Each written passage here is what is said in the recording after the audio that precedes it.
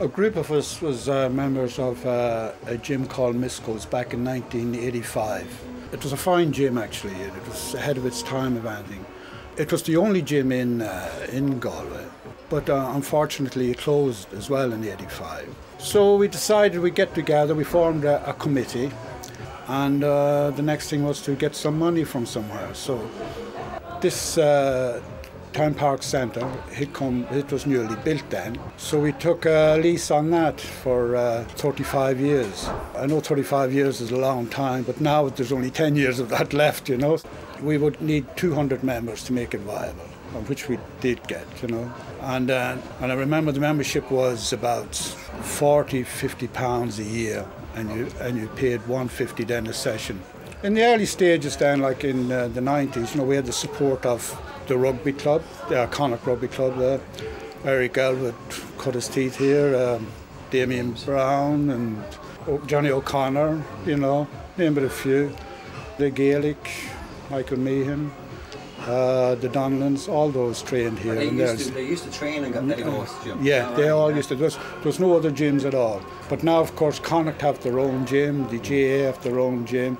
But they were a great asset to us in the very beginning, you know, to get us up and running, you know. Back in '92, we started off powerlifting in Connacht. It was the first ever powerlifting competition in Connacht.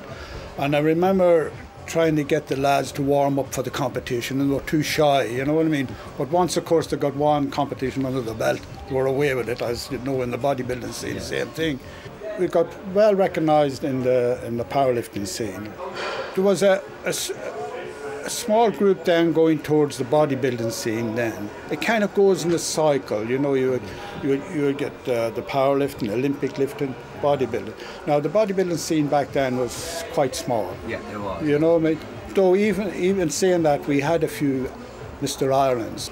And now, of course, with the likes of yourself coming in on the scene, and it's taken the bodybuilding another step forward. I can't stress enough how important it is for ladies to do weight training or some sort of resistance training, you know. Like going back to the old days with the footballers and that, they always they tried to stay away from weights because they thought weights was bad for them. It would slow them down and all this. And it's kind of, with the ladies now in the present day, they think that weights would make them bulky and all that, but not so. True. It gives them a nice toned muscle, you know, and when you exercise the muscle in turn will strengthen the bone and so on, you know.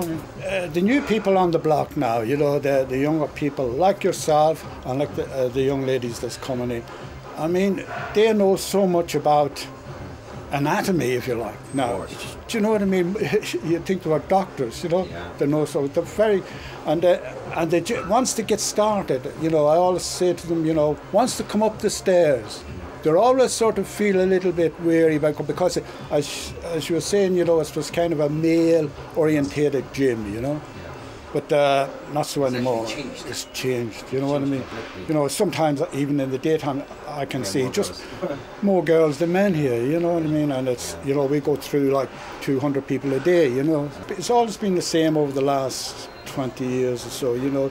This summertime, you know, you'd have around 400 members, and the winter time then you'd have 500, you know. Yeah, it's great. Because, you see, it's what you call... it's like a cooperative, do you know? Nobody owns it or anything. The members own the club, right. Do you know what I mean? So it's what you call a not-for-profit club. So the money has to go back into the club. Yeah.